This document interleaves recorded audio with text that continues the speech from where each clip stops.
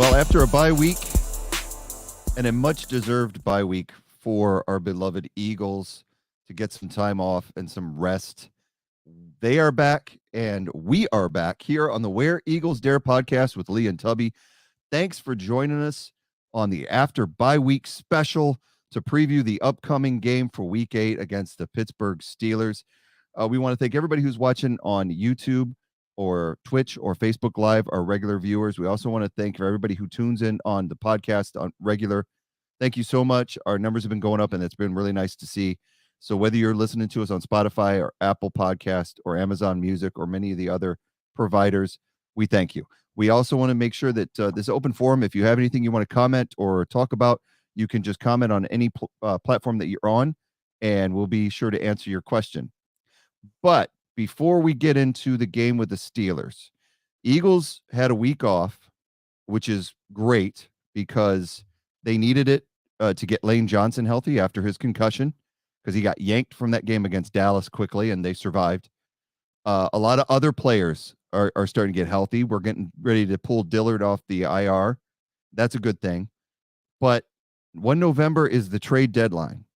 And I was watching these trades start to happen. We saw James Robinson get traded. Where did James Robinson go? My brain's going blank. He went to the Jets. The Jets, yes, after Breece Hall's injury. Or yes. Breece Hall. Right. That first you were upset about trading, but I don't want to cut you off. Go on. That is true. I traded Breece Hall in fantasy. Laughing, bro. Keep it real. I know. Keep it real. Keep it real. When you seen Breece Hall, when you seen the news, I'm sure you were like, man, that sucks for that guy. I'm not saying you were you popped a bottle necessarily because you understand a person has been hurt. But you gotta feel good better. So I basically got Gerald Everett. I got Gerald Everett for free. I traded Breece Hall early in the season because I wasn't using him because I had Dalvin Cook and Aaron Jones and Josh Jacobs. So it was like I had him sitting there on my bench, and then Kittle wasn't doing jack for me. Right. So here I get offered Gerald Everett, who'd been doing good for the Chargers as a target for Herbert. So I took it and then all of a sudden Breece goes off for 20 points in 2 straight weeks, and I'm going, that was a mistake. That was a mistake. And then, he goes out with ACL. I wasn't jumping and doing hoops and celebrating, but I was kind of like, well, I got rid of him at the right time because I would be devastated to lose that in my game. I'm pretty happy where I'm sitting right now. Top scorer this week, which I had Burrow, for Aaron Jones went off, Cook went off. It was good. It was a good week for me. So I ain't going to complain. We'll see what goes forward. But so the Jets trade for Robinson. The Chiefs went out and got Kadarius Toney. The one that really irked me was Hankins going to the Cowboys to fill their defensive tackle spot to help them against the run game. And I'm like, all right, Howie, what do you got? Because we know Howie in these type of situations is he's going to make a move. He always does when the Eagles are contenders. If they're not contenders, he makes a move the other way. We usually dump somebody, like when we got rid of Zach Ertz last year. So I was expecting a lot of things. I know that they were trying to get Burns from the Carolina Panthers, but the asking price was too high. But he did make a deal. And if you were under a rock and you don't know, the Eagles got Robert Quinn, medicine woman, from the Chicago Bears for a 4th round draft pick.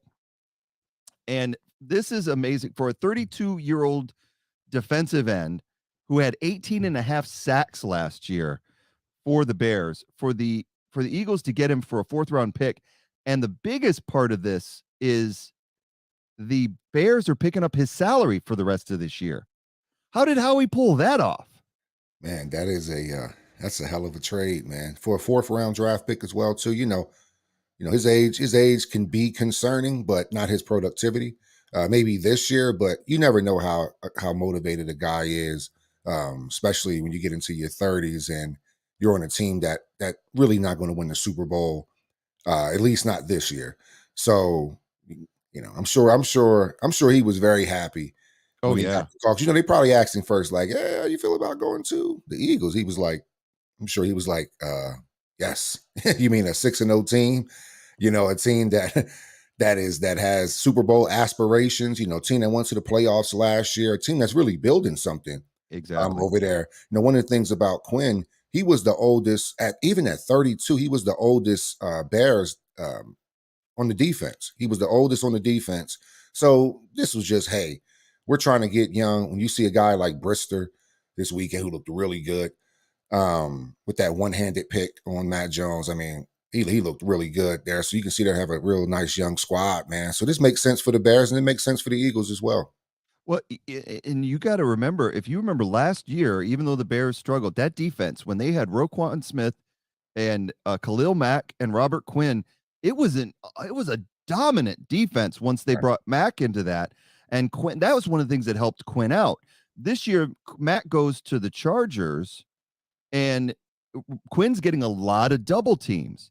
So it's important to note that, yeah, he may have 1.5 sacks this year, but he was getting the benefit of just constant double team pressure, which he is unlikely to see on the Philadelphia line because they've got too many people to double team.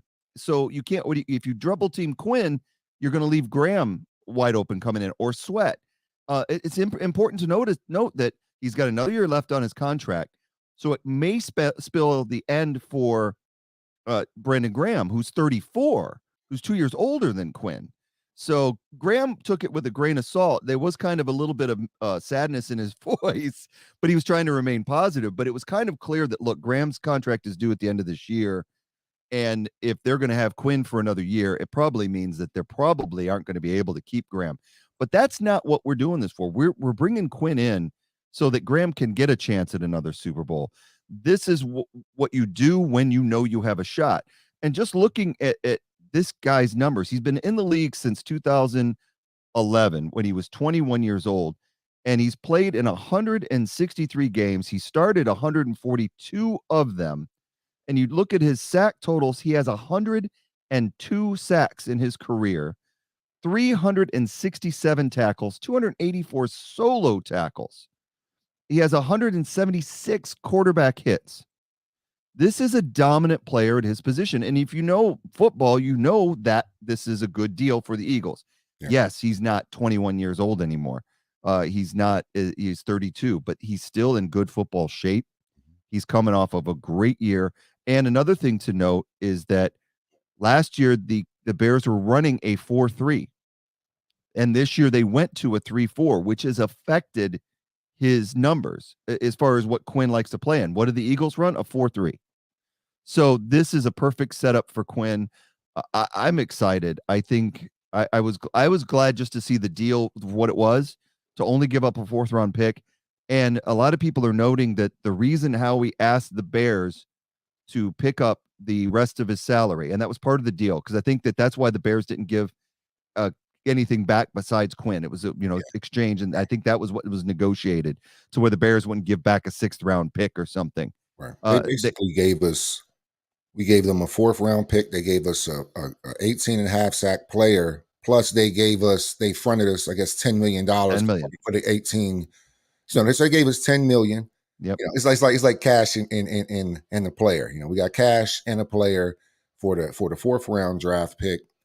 And so, yeah, like I said, man, it was good. But what you about to say there? But what I was saying, what the significance is, the Eagles don't need that money this year. They're under the cap. So the all signs point to Howie is not done, that he wants that 10 million to be able to sign another player before the 1 November deadline. I can't wait for 1 November only just to see what he does, because it could be a running back. There's been a lot of rumors that they were after Christian McCaffrey, but the asking price was too high. But Kareem Hunt is still out there.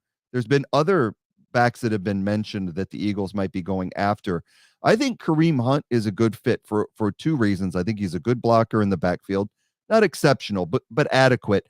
But the big thing about Kareem Hunt for us is that he is a good out of the backfield as far as catching balls. And we don't have that right now. And that's a dynamic that I think really Jalen Hurts needs. They thought Gainwell would be that guy. Gainwell has not been that guy. Boston Scott hasn't been that guy. And Miles Sanders definitely hasn't been that guy.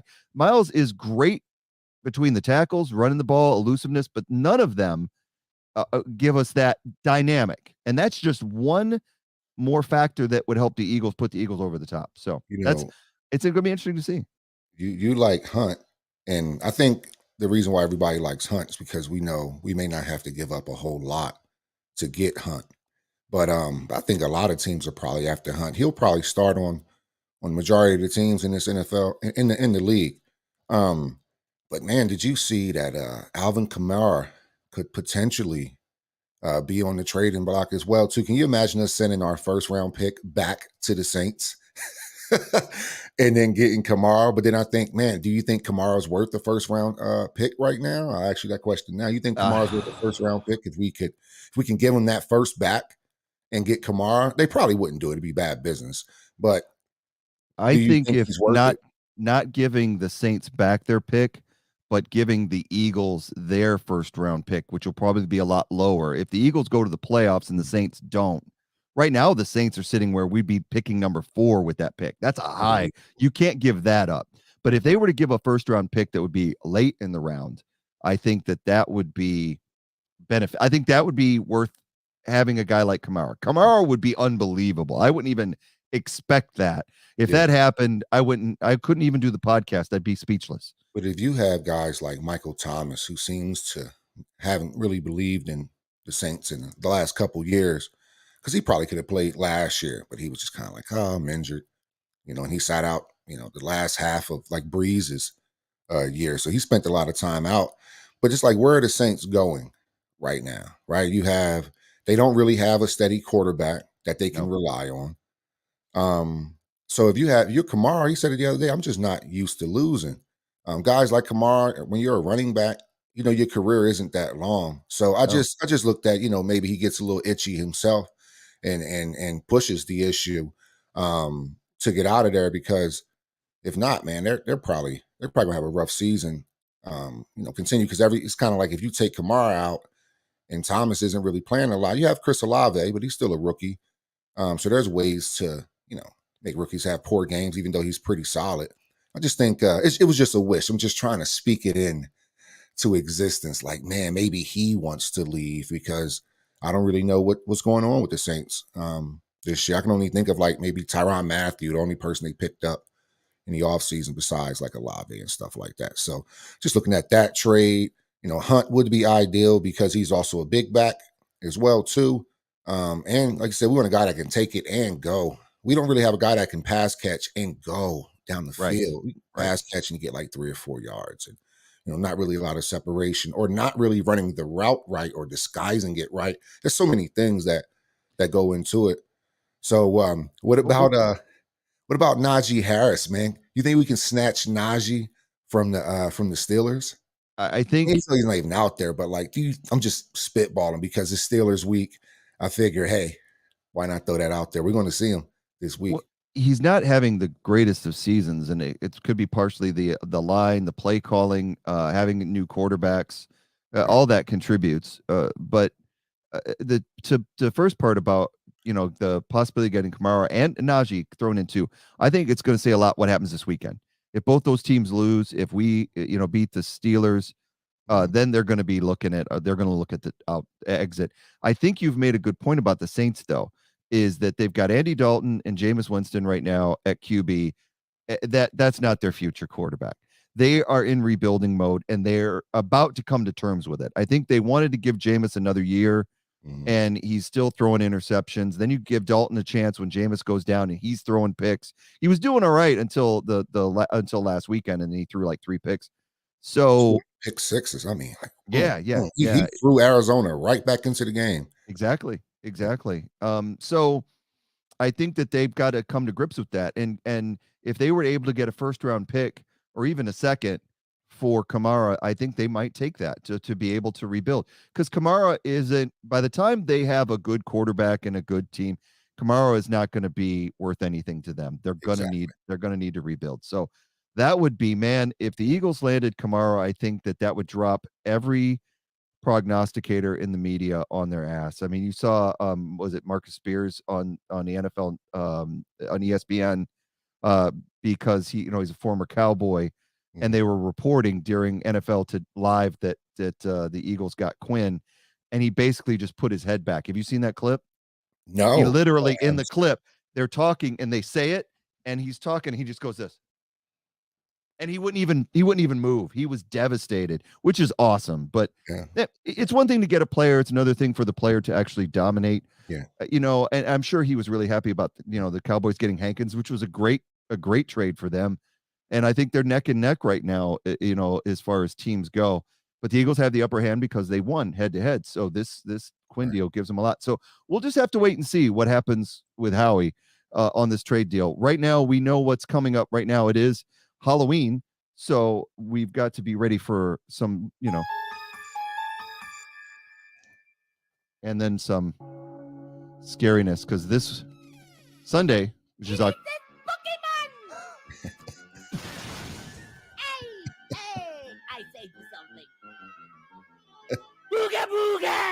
so this Sunday, the day before Halloween, we've got the Eagles at home at Lincoln Financial Field playing the Pittsburgh Steelers, the aforementioned Pittsburgh Steelers with Najee Harris.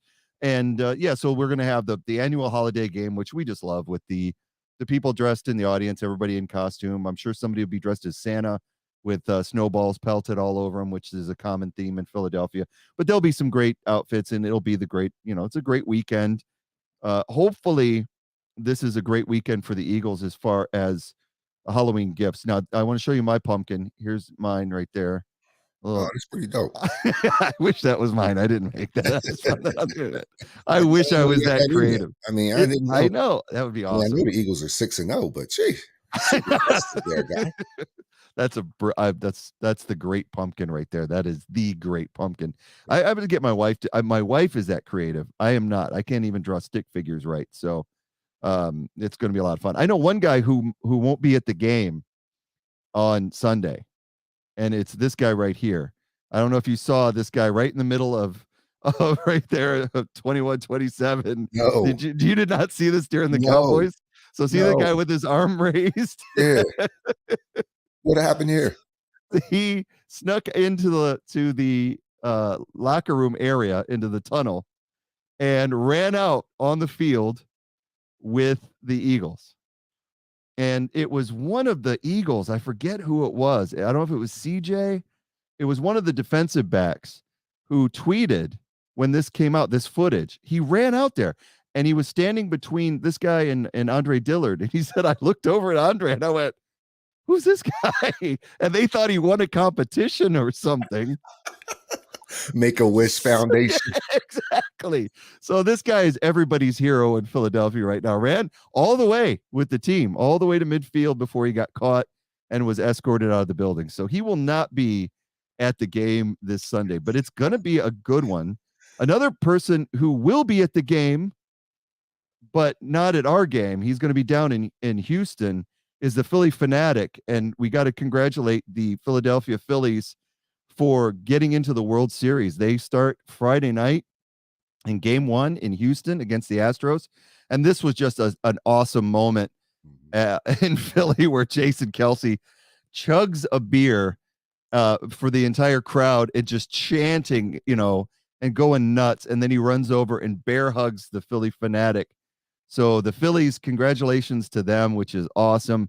They're going to be taking on a really, really tough team in the Astros, but it was awesome to see Kelce out there. And if you catch up with their podcast with Kelce, the Kelce brothers do a podcast. They were talking about this moment and how Kelce is he said one of the things he said, it was so cool. He's like, you don't get to be a fan a lot in what you do because they're always on the field. So be able to be a fan and just enjoy the moment. That's why he got so into it, had a few beers, and then gave the Fanatic a bear hug. So anyway, let's talk about this. Improbable. No, just talking about the Phillies. Just an improbable, because I didn't start wearing this hat yesterday. Just an improbable season, man. They expanded the playoffs. That's how they got in.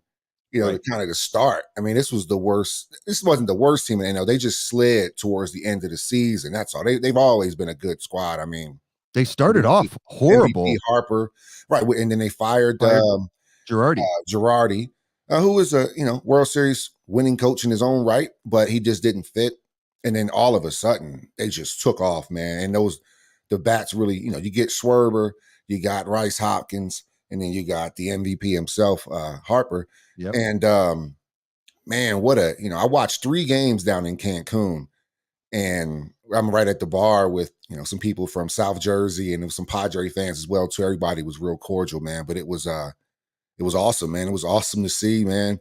Um, yeah, man. So shout out to the Phillies, man, and to beat the Astros is going to be it's the tallest task yet. Talking about a team that's been in the World Series 4 out of the last 6 years, even though they have really Patriot tendencies to these Yes. Astros. So Yeah. nobody's rooting for the Astros, which I say the Patriots on purpose, because when the Eagles played the Patriots, everybody were Hmm. rooting for the Eagles. Like people that would just see me out, like, hey man, beat those cheaters, or stuff like that. People really despise the Astros because they Yeah, have they do. been confirmed Hmm. cheaters. This video proof, evidence, 100%. These are cheaters. So there's going to be a lot of energy behind the Phillies to beat just the Astros, in general. But yeah, man. So that should be, if you're in Philly right now, man, it is just good to be a sports fan in Philly, man. It, It really is right now. Even though the Sixers are coming out the blocks a little yeah. light, still a lot of stars there. Flyers getting off to a good start for the season, which is surprising because they've not been good as of late. So yeah, but the Phillies are the same type of underdog as the Eagles were when they won their Super Bowl.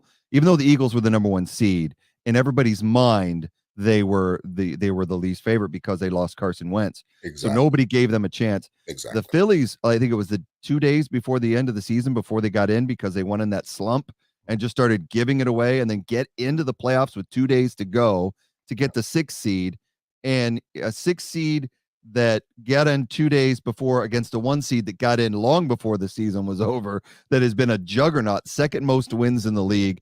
Justin Verlander, Altuve, they've got a lot of really great players, which is a shame that they did cheat a couple of years ago. And it's not that they might have cheated; they cheated. They were watching, they were videotaping signals and then sending signals to the batters by Morse code, which is Yeah. unbelievable.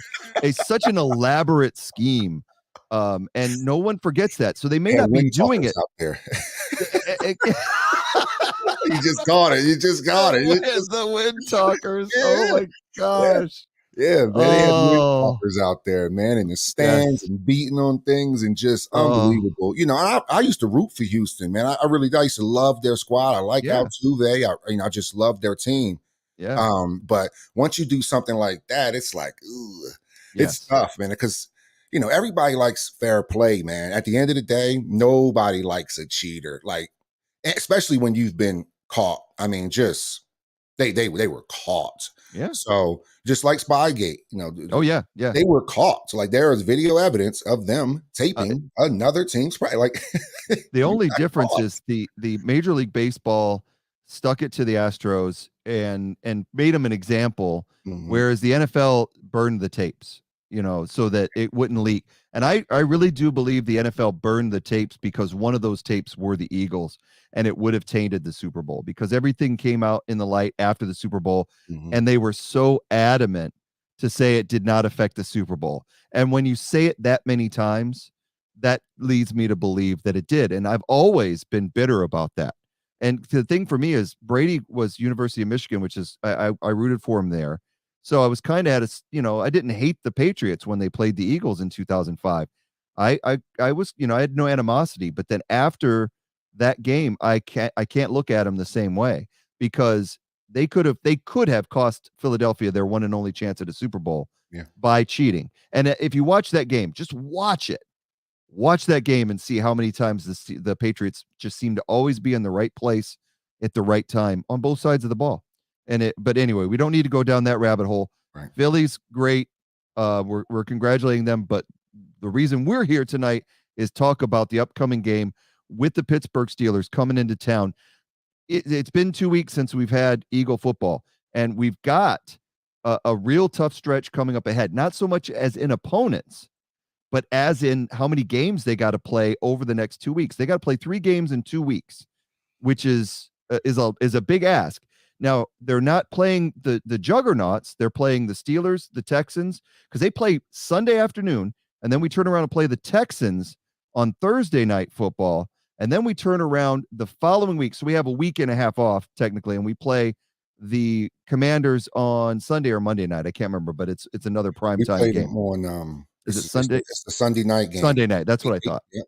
14th on there. Yeah, so that's a big ad. That's a big ass. 2 primetime games, and then this game against the Steelers. But real quick, let's look at the recent meetings, and we got this graphic fix that was messed up the last time.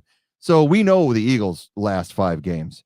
They beat the Dallas Cowboys in an amazing, just an amazing game. Really looks closer than it was because they did allow the Cowboys to come back into it in the second half.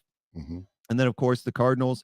That one came down to the wire with a missed field goal. But again, the Eagles were in command of that until they let the Cardinals back in. The Jacksonville Jaguars, another one they were dominating, and the Eagles let them back in the game. It's a common theme here where the Eagles tend to do this. The Washington never let them back in until the fourth quarter. They gave up the 1 touchdown. And the same thing with Minnesota. One real quick, I do want to discuss this about the Eagles' recent games because we've got this graphic here when we talk about the rest of them. This is the Eagles' winning formula this season. First quarter, keep it even. And that's what they do. They tend to maybe 3-3 in the first quarter. They tend to have maybe one good drive, but then they start a good second drive that goes into the second quarter, which we're calling murder ball, where they just destroy teams in the second quarter.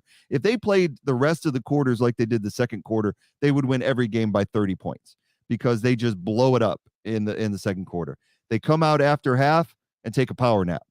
And we've talked about it on this show is like we have got to get better coming out of the half. They don't seem to have their scheme set up, or maybe it's just bad luck. But their first drive out of halftime is just been lousy, and they don't seem to be able to get the momentum back, especially if they have this lead. So they let teams back in both offensively and defensively. And then in the fourth quarter, it says, oh yeah, run the ball. Got it. And that's when we do. We turn it over to our run game in the fourth quarter to save our bacon, come up with a long drive that Jalen Hurts usually masters and Miles Sanders is a part of, and we end up either kicking a field goal or scoring the winning touchdown like we did with the Cowboys in order to save it. And honestly, going into this game with the Steelers, that's what kind of worries me is because this is not a good team. Let's be honest. Let's look at the Steelers' last few games. They lost at Miami 16-10. And the thing was Miami was not doing anything offensively. The Steelers defense had them hemmed in, but the Steelers couldn't score any points against a team that had been giving up points, a lot of points in the last few games, the defense. So the Steelers can't seem to score. They did beat Tampa Bay. All right. So you can go Steelers beat Tampa Bay 20-18. Well, Tampa Bay just lost to Carolina Panthers. So we're starting to see, and they lost to Green Bay. Tampa Bay did 14-12. So we're kind of seeing that Tampa Bay, Tom Brady maybe shouldn't have come back. This is not the same team from last year. They have a lot of injuries. They don't have a lot going on. Then look at the Buffalo game. At Buffalo, they lost 38-3. This is what I want to see the Eagles do on Sunday. I want to see a 30-3 or something in that vein, 27-3 at least. They lost at home to the Jets 24-20, and then they lost at Cleveland 29-17. The Steelers are not a good football team right now. Yeah. They have good pieces, but not a good football team. But the problem is the Eagles have the killer instinct if they get into this game, get a lead to be able to not just rest on it.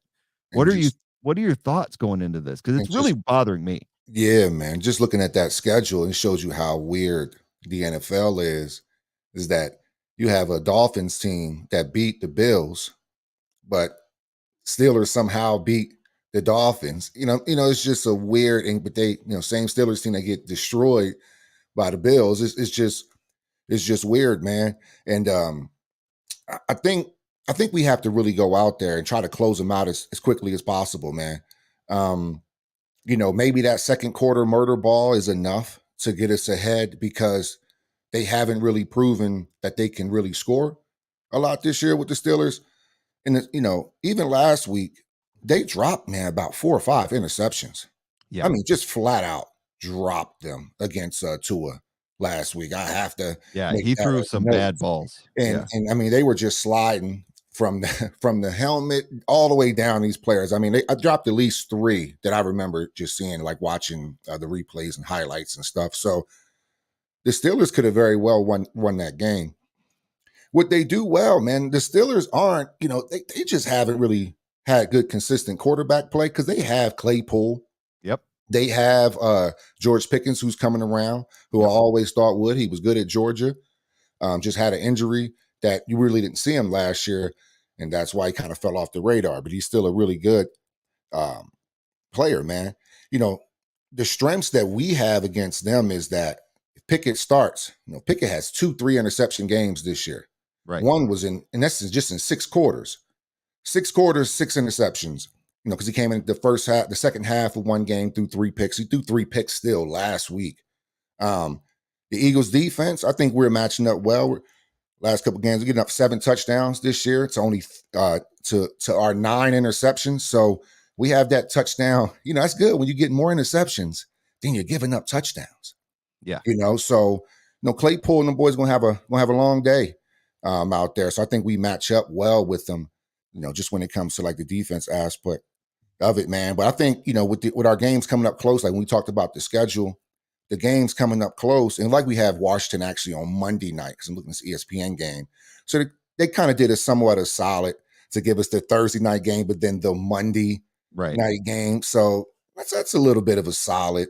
From the NFL because that turnaround coming off the Houston game will be tough because we got to finish this game with the Steelers, and then you've got 2 days before you got to go into Houston, and that's going to be rough. But at least it's Houston and not Dallas or the Giants because that would be devastating. Right.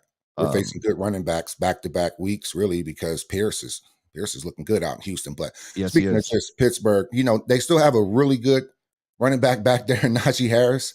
And the Eagles are ranked 28th in the league, man. We're giving up 5 yards a carry on the ground. Yeah. So we got a guy like Najee coming into town. He could hurt us. He could hurt us really, really bad. So they have, pockets like our weakness is where, their strength is, I believe. And that's what having Najee, even though he hasn't had a spectacular year, if you'd have told me at the start of the season that Miles Sanders would be running the ball better than Najee Harris, I would have been like, that doesn't make any sense, man. But that's the facts right now. Miles Sanders is having a better year than Najee, even though he's not catching the ball, especially, just running the ball. I think, Miles Sanders is having a better year. So I think we match up really well with these guys, man. And we can't let this game slip. I thought it could be a trap game, but I'm like, for it to be a trap game, your next opponent needs to be a really good opponent. So it's not a trap game, but you just hope that they don't just kind of try to sleepwalk through the game is my whole thing. And then all of a sudden they catch fire, and because they have playmakers, Claypool is a playmaker, Pickens is a playmaker. So, and Najee Harris can he's still a formidable back, man, still one of the best backs in the league. So we definitely got to keep our head down. We have to stop the run, which means playing more Jordan Davis. Yeah. I'm gonna just say that now, man. Playing more Jordan Davis. I should see more Jordan Davis this time around. And it's going to be nice to see how many reps Quinn gets to, because one of the things we forget that we lost Barnett at the beginning of the season against Detroit. So it's not like we weren't down a lineman. We were down a lineman as far as coming to the season. So we get that next power guy because Graham is a good pass rusher, but he can get knocked off the ball on the run game. So Quinn gives us that best of both worlds where he can get sacks, but he's still a 6'4", 250 defensive end, super strong, a lot of games under his belt, along with Hassan Reddick out there, man. I think we should cause some problems. Yeah. I think this game could be a lot like the Washington game where you've got a quarterback who isn't playing very well. Pickett is a rookie. It's obvious a rookie. So my hope is that Gannon doesn't take it easy on him. I do hope that they do like they did with Kyler Murray because he is a threat to run. So you want to keep him contained. You don't want to overrun the passer, but what you want to do is collapse the pocket on him and give him no options to make him pressure him into mistakes. Miami let him out a little times. He got away on a few runs that looked really good, and I don't want to see the Eagles do that. Mm-hmm. But you're right. The thing that just worries me is that if you look at the roster, like you said, if you look at the Steelers roster on both sides of the ball, it's mystifying why this team isn't doing better than it is. Why is it Najee? And I think it does go back to the quarterback because Trubisky was playing the dump off king before he got yanked for Pickett. And then they've gone back and forth, and now they've settled on Pickett because they're going to give him a chance to get some experience. And so it's good to get him while he's in this state right now before he actually may turn out to be a decent quarterback, because you're right. Harris is going to be a lot of problems, so they're going to have to stack against the run. And they've also got, like you said, Pickens and Claypool, but they got Deontay Johnson, which can be a threat. And Freiermuth at tight end is somebody that makes plays. So they have weapons. Is their offensive line that great? Probably not. That's probably one of the reasons that Najee's not having a great day. So this could be a big sack day for the Eagles. And with getting Reddick and Quinn and Grant, all of them involved, it's going to be interesting. But I think that my worries on offense pale in comparison to when I look at the Steelers on defense. I think that this is an opportunistic defense. They may not be the best as far as holding teams out of the end zone, but they are ball hawks. And Minka Fitzpatrick, who Jalen Hurts was with at Alabama, they know each other very well. And do you believe Jalen's going to know where Minka is during that game, because he is an incredible safety, and he lines up next to Terrell Edmonds, who's also an amazing safety. At the defensive line, you got Ogunjobi, which is a great player. Cam Hayward, another great defensive end that we have to worry about. You got at linebacker, you got Devin Bush and Miles Jack. I mean, seriously, this is a really good defensive team. Oh yeah. And to me, it's like when I look at it and I see that the Eagles are at home and they're 11.5-point favorites, I'm going, I get it when I look at the last few games the Steelers have played, especially that 38-3 drubbing by the Bills. But I look at their roster and I'm like, why? What is going on that I'm not seeing? And then you see a game like against Miami where they were in it. It's just like you said, the quarterback play is what's holding them back. So if we respect Pickett too much, I think that could be the deal that hurts us. If we let him, other teams are not respecting their quarterback play. And I think that's what's killing the Steelers, is that they're coming after Pickett or Trubisky, whoever's back there. Yeah. And that's what's causing them into turnovers. So, I mean, I that's what, to me, that's what the game comes down to. What do we do to Pickett in order to put the Eagles in the best position possible? Offensively, I think the Eagles can move the ball against any defense. We saw that with Dallas. They are going to come into this game plan. The Pittsburgh Steelers are the 16th ranked defense, so they're right in the middle. But their run defense, if we look at the numbers, let's look at everything here real quick. So we've got Eagles are 4th in the league in points scored per game at 26.8. Steelers 31st at 15.3 points per game. They're not scoring points with Pickett. Points allowed, the Eagles are only allowing 17 points per game, which is 4th in the league. Steelers allowing 23, which isn't that high, but it's 22nd in the league. Yards per game, the Eagles have 408 yards per game average, 5th in the league. Steelers 100 less than that, 311, which is 30th in the league. Passing yards per game, the Eagles are 252.3, could be higher. It's 13th in the league, but Jalen does a lot with his feet, so I'm not worried about that. The Steelers, the 224 passing yards per game is what they're averaging. That's good for 25th in the league. Then we go to rushing yards per game. Eagles 156, 6th in the league, and the Steelers, mystifyingly, 87.9 with Najee Harris, 27th in the league. Time of possession, about even. Eagles are not doing great, and they rarely do, because either they score quick or they go 3 and out, or they have one long drive a game. 20th in the league, and the Steelers are 18th. Third down efficiency, the Eagles are 6th in the league in third down efficiency at 43%, which is fantastic. That's a lot to do with Jalen Hurts, and the Steelers at 36.8. Then you go to sacks. Eagles are 16 sacks. So again, that big one against Washington really made a difference. That makes them 14th in the league. I don't know what that is. Is that you? Yeah, must be like And then commercial popped up. no worries. And then you got the Steelers with 12 sacks at 21st in the league. But then you look at interceptions, and this is a lot where it comes down to their corners and Minka Fitzpatrick. 9 interceptions for the Eagles. That's 2nd in the league, and the Steelers 8 interceptions on the year, 3rd in the league. That's where they shine, is the pass defense. Not so much in the running game. So it's one of those things where I think the Eagles, if they come out with a run first mentality, whether that's RPOs with Hurts and do the same thing they did to the Cowboys.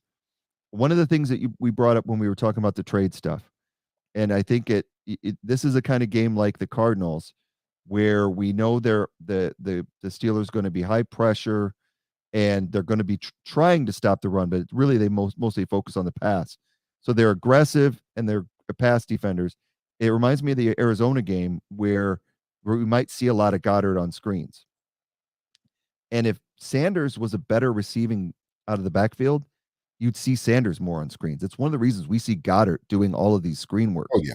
It's one of the reasons we need a guy like Hunt or Kamara to be able to come in and do these screen passes with. Not because I don't think Goddard can do them, but I think Goddard gets us a good 10 yards, maybe 15 yards, whereas a back like Kamara or Hunt would, I mean, sky's the limit. The way teams line up to stop Hurts and we go with a screen game, I think it makes a really big difference. So it's going to come down to the Eagles, how they game plan this game on both sides of the ball, how they attack the Steelers defense and what their liabilities are. What I told a friend the other day, he has Miles Sanders in fantasy, and he was trying to decide whether to start Miles Sanders or Raheem Mostert. Now, Mostert is going up against the Lions, who are extremely bad against the run this year. And I told him, I said, I love Miles Sanders. But the problem with starting Miles over Mostert when Mostert has a matchup advantage is the fact that Sanders, we never know what the Eagles' game plan is going to be week to week. We've watched 6 games, and they have not had a consistent game plan. It's not just all Hurts throwing to A.J. Brown. One week it's him throwing to A.J. Brown. The next week it's him throwing to Devontae Smith down the field, like in the Washington game. One week they're airing it out. The next week they're throwing screen passes. One week they're running the ball like against Jacksonville, and the next week, they're throwing flat passes against the Cowboys. You can't predict what this team is going to do. I like that because the defenses that we're getting ready to play, they can't watch tape on the Eagles and say, "Oh, we know the Eagles are going to run this play, this play." I can't even tell you what game plan they're going to have going in this game because it could be one of 100. And that's a beauty of Shane Stitch and what they're doing with this offense right now. There's so many options where the Eagles hit them up, and I think that's which one they choose is going to be key in winning this game against the Steelers. Should they destroy the Steelers? Absolutely. But you still have to play the game, and you still have to get out there and run the calls to win it. So even though even though our total yards are like right up there with the best in the league with 408, when it comes to the Eagles, I'm starting to almost see this team transition into a defense kind of like that Seahawks where they had that. Now I'm not saying we're the Legion of Boom, right? Not saying that, but they built an incredible defense around Russell Wilson. I mean, he had no AJ Brown, but yeah, he had some guys that could play. But I'm saying all that to say our defense is playing really well this year, man.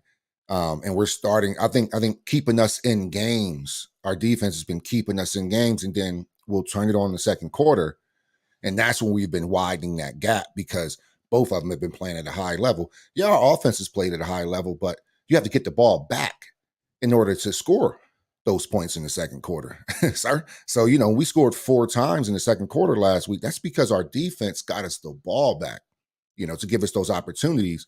And that's why last year when I kept screaming, football is complementary. This is what I'm talking about. This is how you complement each other on some of the days where you're getting 9 sacks against Washington.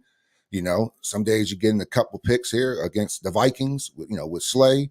And other games you have the Eagles just flat out just killing them, putting up so many points in that second quarter where they can just peel their ears back and just go after the quarterback and settle in. The only thing we've done that has been suspect is go a little soft on our coverages.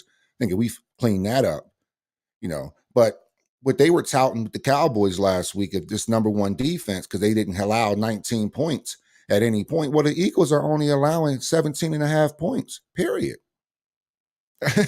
What they just touted the Cowboys, we have a 1.5 average under that, and we put that up on the Cowboys in the first half. Mm-hmm. And then we take our power nap. So that's why they came back. But all in all, man, I think the teams being able to, until your point that you can't really plan for the Eagles because one thing people aren't accounting for this year is how well our defense is playing. And now they have to almost prepare for it. And it's just like, man. And I just think, yeah, man, even with our rushing yards, just looking at the stats, man, we should not lose this game. under any circumstances. I think even if we're down, we should be able to come back. I just think it's in Philly, you know, like you said, Halloween, well, mischief night, right? It's the 30th. So they call it out there, mischief Yeah, night. yeah. See Call it stuff, Devil's Night in yeah, Detroit. So man, yeah, where I you just color saw a thing paper on that. houses and stuff, right? Yes, All yeah, that that's old good stuff. But I just hope we don't come out of this bye week just overconfident because there's so many games to play, man. And we have, this 11-point spread. I'm just looking at it right now. This 11-point yeah, spread. I'm like, wow. But when you look at the stats, you have to. You have to put it up like that. exactly. You have to Yeah, put it up there like that. And but the over under, see, it's only 43 points. So they're expecting not a barn burner. right. You know, they're not really expecting a barn burner.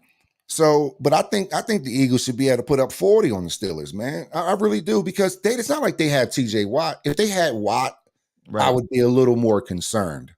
But even with Miles Jacks and all of these guys, I still think we have more talent on our offensive side, and then we have way more talent on our D. We have way more talent on both sides, actually. Mhm. I mean, I don't want to do the whole rant like I did with the Cowboys, but Right. you know, player for player, I like the Eagles um all the way through, man. If we keep that intensity, we keep that swag. I hope Robert Quinn's shows up with a chip on his shoulder, like he said. I guess I've been traded twice already. I guess I have to prove myself again.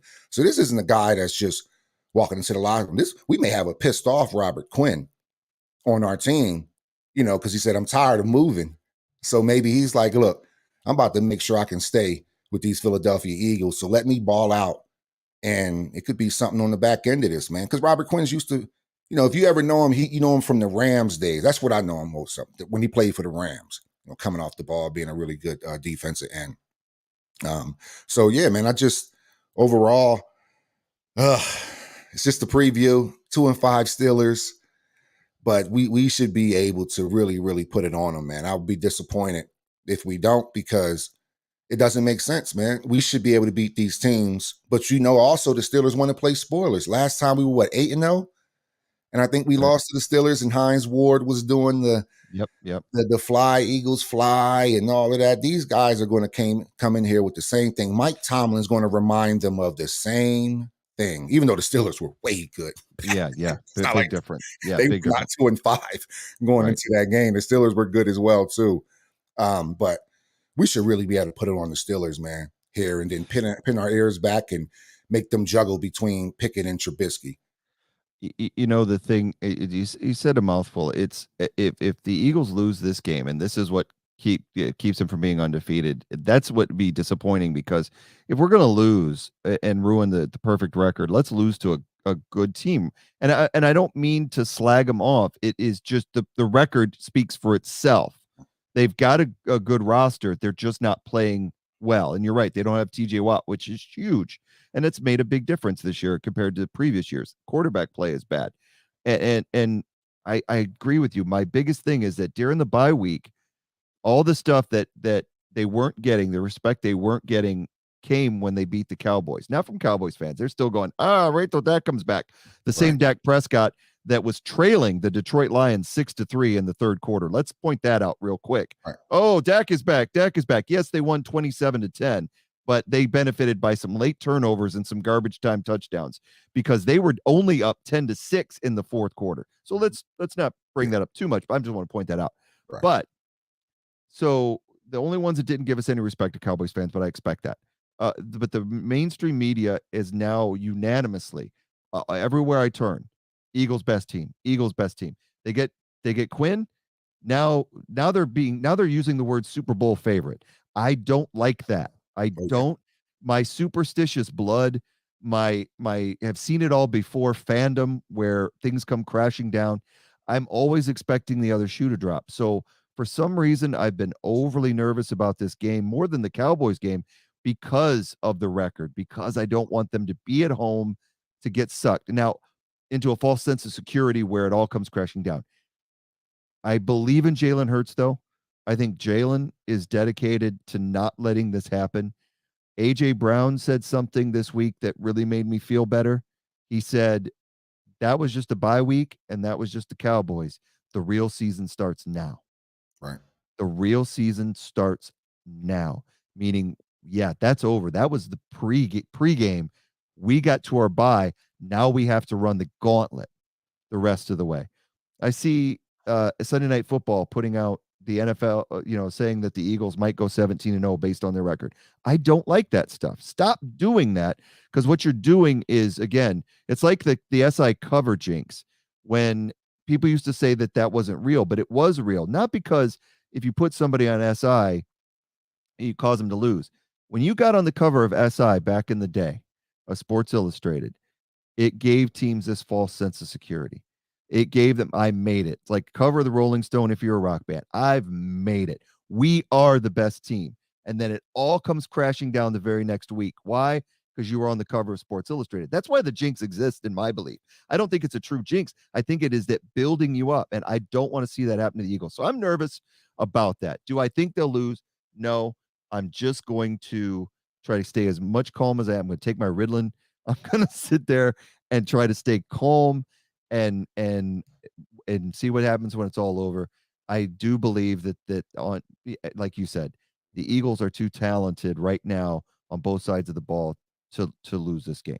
So even if they win by a touchdown, I'll be happy. I just want them to win, because looking at the game, I don't like looking too far ahead.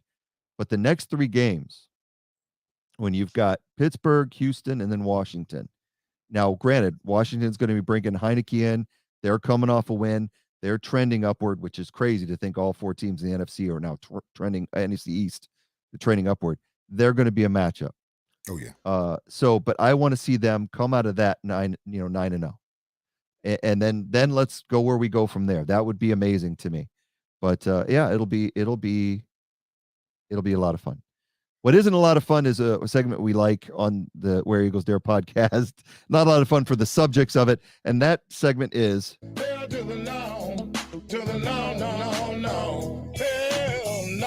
is our hell to the no for this week. And for those that listen to the podcast and can't see it right now, you will. It'll be our cover for the episode. I thought this was brilliant. I love it. This is the 3 Alabama quarterbacks. And after Monday night with the Patriots, you got Jalen Hurts in the middle, who is by far the hottest, and then Tua next to him, and then Mac Jones as looking like something out of the 20 swimsuits. So you got 2 swimsuit models that look hot, and then Mac Jones. It looks like special needs kid. It's how about this? One of these things are not like the other. Exactly. Pretty much. And Mac Jones is definitely, this is appropriate. But I will say this. I'm going to defend Mac Jones. I thought he got a raw deal. On Monday Night Football. Right. Basically, if you're going to have that short of a leash on the quarterback, then start the other quarterback, because I expect the player who hasn't played in a few weeks to struggle a little bit in the first maybe 2 quarters. But if now when you get into the 3rd quarter and he's still doing it, after that little halftime where you catch your breath because you haven't played the last 2 weeks, or maybe last 3 weeks. No, it's 2 weeks. Was it 2 weeks? I think it was. I think it's 2 weeks. Yeah. Because I think it was 3 weeks, because remember, Zappy was the 3rd string, and then the guy that replaced him, I think it was Hoyer. He got hurt immediately. Right. Yeah, immediately. Yeah, he got hurt immediately, and then Zappy. So that was Zappy's 2 starts, something like that. Yeah, anyway, something like that. Yeah, he was out for a few weeks. Then he came back, and I think Belichick fell for the okie doke of the crowd, chanting Zappy. And do I think Zappy could be a good quarterback? I do. I just think you've put both of them in a situation that's now weird, because you just couldn't hold your water for a second. I think you play that game out with Mac Jones. If he does bad, then you get Zappy, take all the QB1 snaps going into the next week, and then you go like that. Yeah, but yeah, man, one of these things are definitely not like the other. Yeah, we were talking about it and I said about it the same thing, because I agree with you. I think Mac Jones it played really well last year. There's a lot to like there, but this year he's not got up to the best start.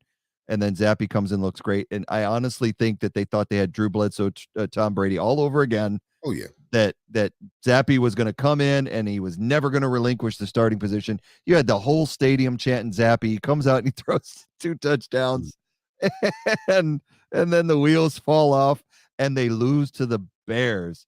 And it's amazing. I was surprised that the Bears traded Quinn after that, because you think, oh, the Bears would think they're on top of the world after that game, but they're still realists. They're still realists that they know that they got beat, and they know that Quinn is unhappy. So it was our benefit. But yeah, Mac Jones, we'll see how it goes. I think the Patriots, good defensively, they've got good running. Stevenson has run the ball really well, but they don't put a lot of fear into teams like they used to. Buffalo was in charge of that division.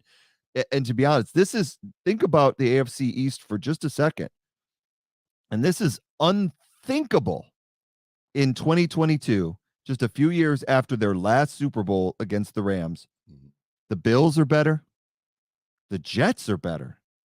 And the Dolphins are better.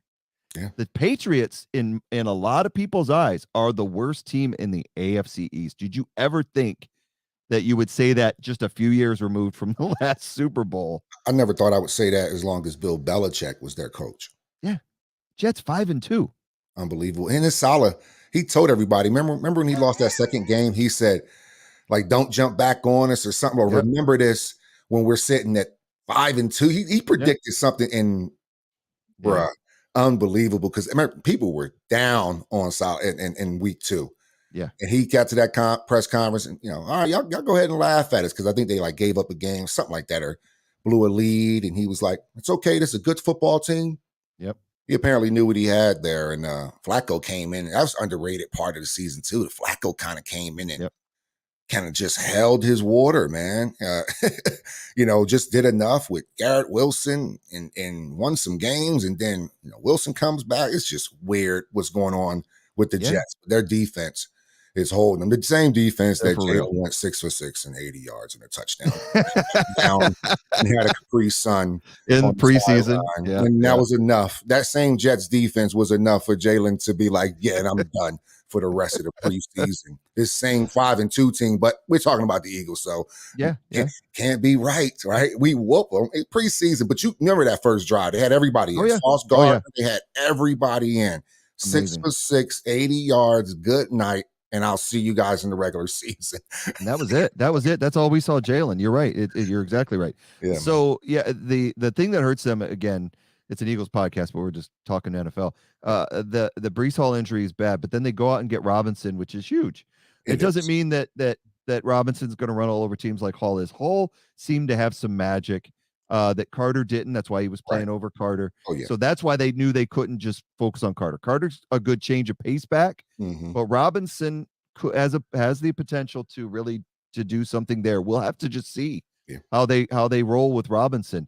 It makes Robinson owners happy and Etienne owners happy in fantasy, because now Etienne is not splitting carries in Jacksonville. I think Jacksonville's fine with it. I mean, it gave them a chance to keep rebuilding, and they could still focus on Etienne as a running back. So I think everybody benefited from that deal, and we'll see where the Jets go from here. I just know that the AFC East is stacked because the Patriots are not even a horrible team by any stretch of the imagination. Yeah, they lost to the Bills, but the AFC East, it doesn't look bad. But we're in the NFC East right now. We're 6-0.